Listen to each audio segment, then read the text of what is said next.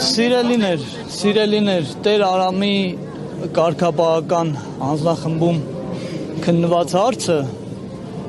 ըստ պատշաճի չի քննվել, քանզի Տեր Արամը ներկայացրել նամակ, որի համապատասխան ինքը պիտի ներկայանար, բայց քանի որ որոշումը կայացվել է առանց Տեր Արամի ներկայությունը ապահովելու, որի հնարավորությունը իրենք ունեցել են երրորդ անգամը խոսքը վերաբերում է երրորդ անգամին, ուստի ընդունելի չէ, քանզի մարդուն դատում են առանց իր ներկայության, հաշվի առնելով, որ մարդը պատրաստական է եղել ներկայանալու եւ քննելու, ներկայանալու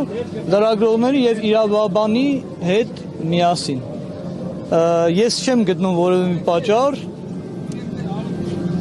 որը կարող խոչընդոտեր Տեր Արամի ներկա լինելուն եւ Տեր Արամի ներկայությամբ այդ հարցը քննելուն։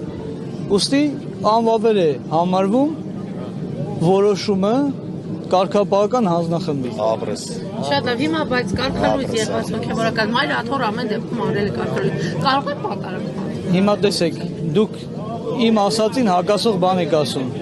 Եթե անվավեր է կարգալուծության որոշումը, ուրեմն այդ մարդը կարգալուծ չի կարող արվել։ Իսկ ինչ վերաբերում է պատարակ մատուցելուն, պատարակ մատուցում է օծյալ հոգևորականը, իսկ օծյալ հոգևորականի վրայից ոչ ոք օծումը չի կարող ջնջել, եթե ինքը իր պահվածքով չջնջի։ Տեր Արամը օծյալ հոգևորական է, կարգալուծությունը վերաբերում է իշխանություն ունենալուն, թե չունենալուն պատարակ մատուցելու, բայց քանի որ Տեր Արամի մասին որոշումը ինչպես պարզվեց ապօրինի է, ուստի Տեր Արամը, ես խնդիր չեմ տեսնում Տեր Արամին պատարակ մատուցելուն։ Ես պատահական չէ, որ այսօր այստեղ ներկայ եմ լինելու, քանզի ես համարում եմ, որ այստեղ պատարակ է մատուցվելու եւ Աստծո կամքով է լինում եկեղեցու իշխանությամբ։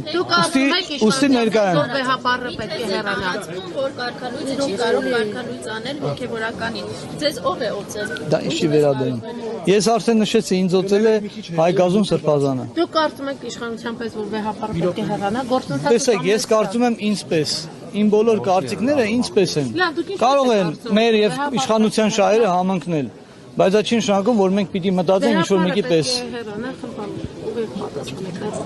Ինձ թվում է ժամանակը այդ հարցին կպատասխանի։